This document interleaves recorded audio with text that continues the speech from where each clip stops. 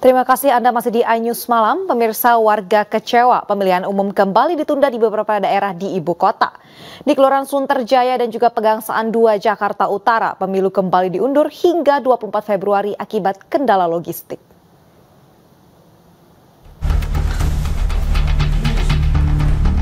Sebanyak 11 tempat pemilihan umum di Kelurahan Sunterjaya dan 5 tempat pemilihan umum di Kelurahan Pegangsaan 2 seharusnya melakukan pemilu susulan pada 18 Februari 2024, namun rencana tersebut gagal. KPU Kota Jakarta Utara masih belum siap untuk melakukan pemilu susulan di 2 kelurahan tersebut lantaran belum adanya surat suara dan logistik lainnya.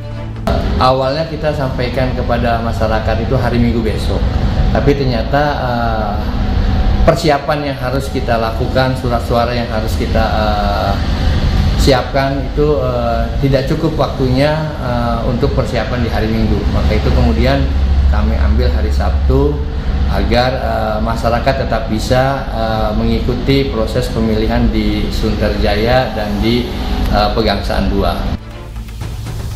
Setelah kecewa tidak bisa ikut pemilu pada hari H, warga kembali kecewa akibat pemilu susulan yang terjadwal tanggal 18 Februari harus diundur kembali ke 24 Februari. Ditunda kapan pun sudah kecewa kita. Sudah kecewa ya? Iya. Berarti sudah siap pilihan Pak ya sebelumnya Pak ya? Sudah siap kita. Karena ditunda ini jadi kecewa Pak ya? Ya udah sudah, nggak apa-apa, mau ngomong apa lagi. Apalah kita ya, cuma seorang warga ya. Sebelumnya, warga Kelurahan Sunterjaya dan Pegangsaan 2 Jakarta Utara tidak bisa menggunakan hak pilihnya pada pemilu serentak 14 Februari 2024 akibat logistik yang rusak terendam banjir. Dari Jakarta, Sofyan Firdaus, iNews melaporkan. Kapal pembawa logistik pemilu berupa 50 unit kotak suara dihantam badai di perairan Siberut Tengah, Kabupaten Kepulauan Mentawai, Sumatera Barat. Akibatnya sejumlah logistik pemilu yang hendak dibawa ke ibu kota kecamatan basah terendam air laut.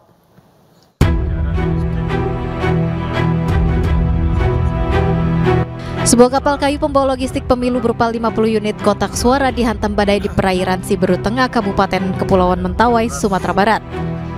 Kapal dengan kapasitas mesin 40 PK gandeng 2 dengan panjang 12 meter ini tidak kuat melawan hantaman gelombang. Akibatnya 50 kotak suara dan peralatan elektronik seperti laptop terendam air laut. Kapal dengan awak 10 orang ini dihantam gelombang besar disertai angin dan hujan, membuat kapal terhempas ke hutan bakau. Tim SAR Mentawai yang menerima laporan langsung menuju lokasi untuk mengevakuasi menggunakan RIP. Seluruh penumpang itu berhasil terevakuasi dalam kondisi selamat di dermaga Saibi. Sementara terkait jumlah kotak suara atau surat suara yang tenggelam setelah dihantam gelombang tersebut masih dalam pendataan KPU setempat. Hari ini sampai saat ini teman-teman KPU Kabupaten Kepulauan Mentawai sedang melakukan investigasi seperti apa kira-kira detail kerusakan dan apa-apa saja yang dapat kita informasikan kepada publik. Bahwa ini adalah arus balik ya dari TPS ke tempat pengumpulan kotak suara itu. Tentu jika sesuatu dan lain hal terjadi di sana, itu kita tetap mengacu kepada peraturan dan perundang-undangan. Tapi sejauh ini informasi dari Mentawai masih belum dikumpulkan. Jumlah logistik berupa 50 kotak suara dengan rincian 10 kotak suara berisi surat-suara hancur total. Kotak suara hancur namun isinya utuh sebanyak 8 kotak suara. Kemudian kotak suara yang masih utuh 27 kotak. Kemudian 5 kotak suara lainnya hancur total namun salinan formulir C-nya masih utuh. Dari Kepulauan Mentawai, Sumatera Barat, Budi Sunandar, iNews melaporkan. Pemirsa, komedian Alfian Syah Komeng kagetkan netizen. Tiba-tiba muncul di surat suara DPD Jawa Barat dan peroleh suara tertinggi pada perhitungan cepat KPU.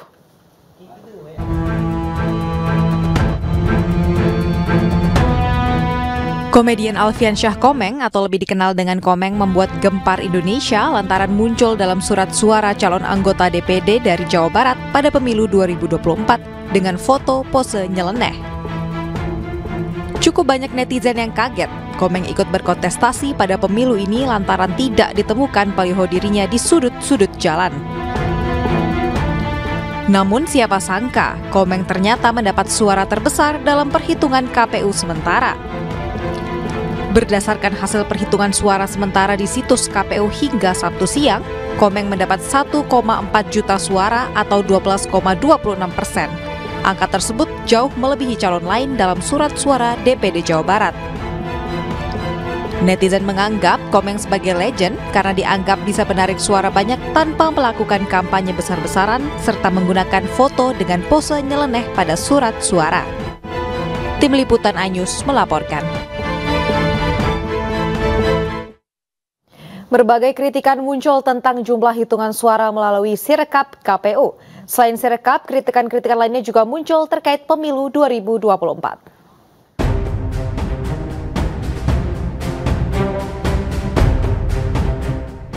Berbagai persoalan muncul saat penghitungan suara cepat muncul dari aplikasi Sirekap milik KPU. Perbedaan jumlah hitungan surat suara dari TPS memiliki jumlah yang berbeda jauh dengan yang ditampilkan di Sirekap disoroti sejumlah lembaga masyarakat sipil. Dari pantauan yang kami lakukan dari hampir 7.000 TPS, ya, baik yang dilakukan langsung oleh pemantau penjaga pemilu maupun yang dilaporkan oleh masyarakat, kurang lebih kita mendapatkan gambaran sebagai berikut. Jadi 25% ini kesalahan atau dugaan pelanggaran karena salah input Sirekap.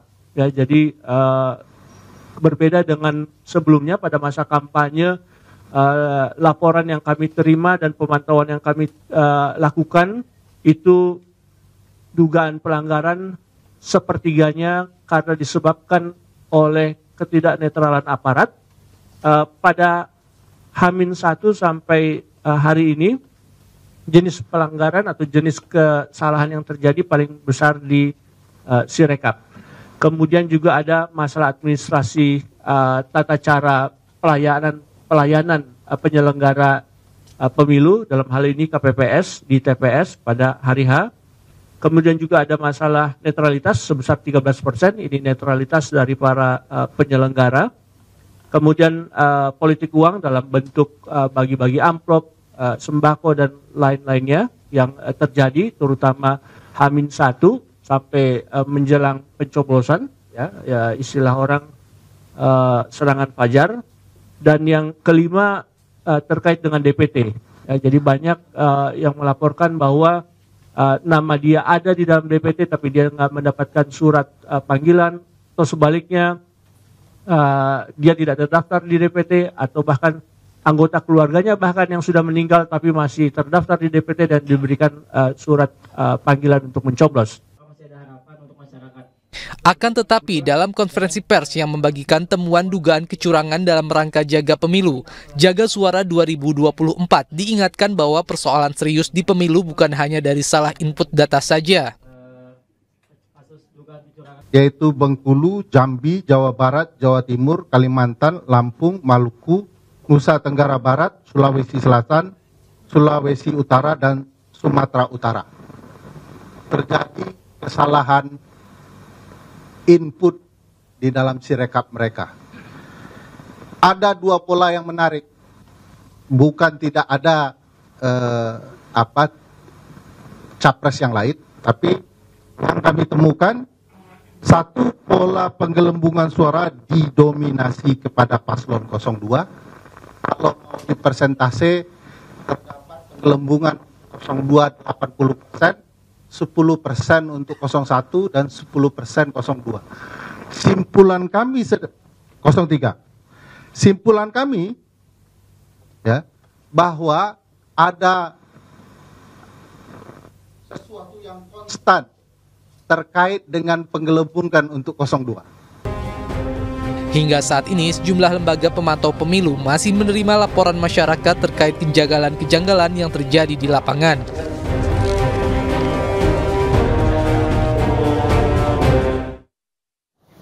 Pemirsa, calon presiden nomor urut 3 Ganjar Pranowo dan istrinya Siti Atikoh berkunjung ke Yogyakarta dan bertemu dengan sejumlah seniman Yogyakarta di Rumah Butet, Kertarejasa. Ganjar menyampaikan apresiasi atas dukungan dan juga kebersamaan dari para seniman Yogyakarta selama masa kampanye.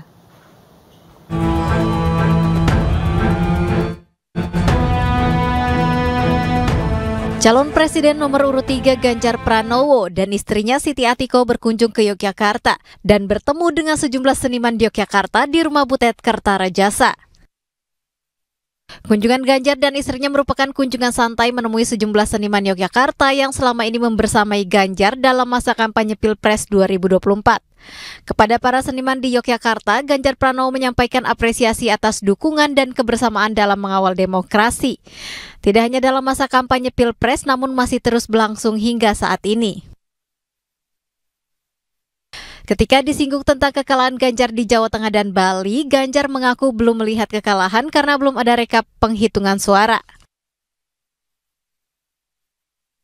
Penghitungan belum selesai, belum ada.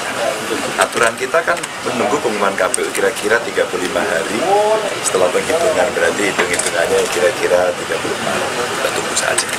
Kira-kira semua masih akan berjalan, pasti masing-masing paslon akan mengumpulkan rekap C1-nya, juga belum 100%, proses biasa saja. Yang menarik perhatian Ganjar Pranowo dalam Pilpres ini adalah karena hampir di sebagian besar TPS luar negeri, Ganjar berhasil memenangkan pemungutan suara.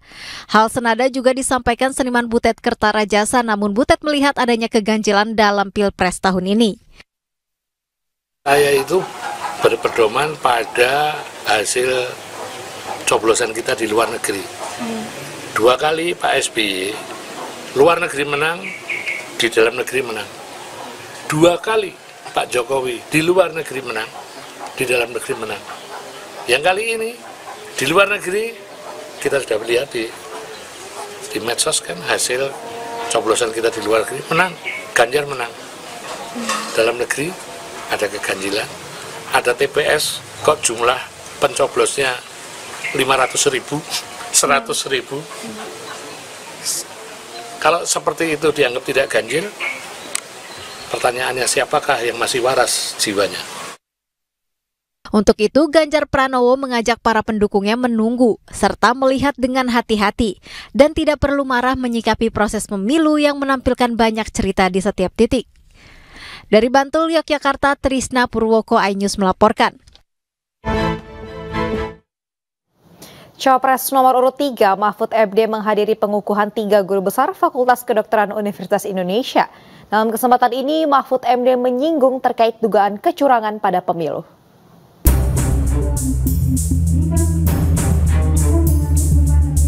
Mahfud MD hadir pada pengukuhan 3 guru besar Fakultas Kedokteran Universitas Indonesia pada 17 Februari 2024. Saat ditemui awak media dalam kesempatan ini, Mahfud sempat menyinggung soal dugaan kecurangan pemilu.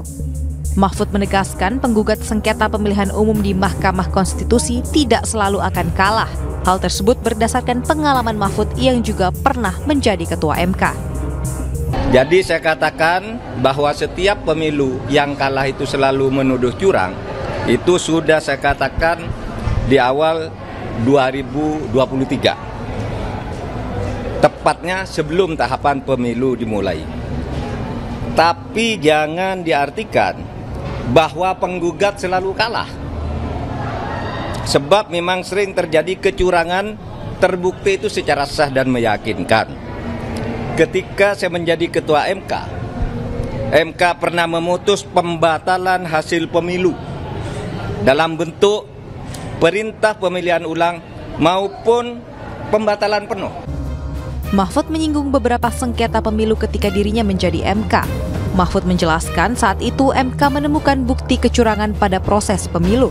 Dari bukti-bukti kecurangan tersebut, MK memiliki wewenang untuk mengulang pemilu atau mendiskualifikasi pemenang pemilu. Tim Liputan iNews melaporkan. Pemirsa, jika melihat kecurangan pemilu, Anda bisa melaporkannya melalui program Indonesia Memilih iNews. Cukup dengan merekam dan juga membagikan postingan dugaan kecurangan pemilu di akun medsos Anda, tambahkan hashtag Kawal Indonesia Memilih dan tag atau mention akun @official iNews TV. Anda bisa menjadi jurnalis warga untuk memantau pemilu yang jujur dan juga adil. Kecurangan dalam pemilu, ayo laporkan lewat Indonesia Memilih, sebuah ajakan untuk mengawal pemilu 2024 oleh iNews TV. Kamu bisa menjadi jurnalis warga untuk memantau pemilu yang jurdil dan bersih. Lalu bagaimana cara melaporkannya? Cukup dengan merekam dan membagikan postingan dugaan kecurangan yang kamu lihat di akun media sosial kamu. Kemudian gunakan hashtag Kawal Indonesia Memilih dan tag atau mention akun medsos iNews TV di Instagram @official_iNews_TV dan akun X @official_iNews_ dan Facebook @official_iNews. Ayo laporkan kecurangan pemilu. 10 hari banjir Demak, PUPR terus memperkuat tanggul Sungai Wulan yang semula jebol. iNews Malam segera kembali.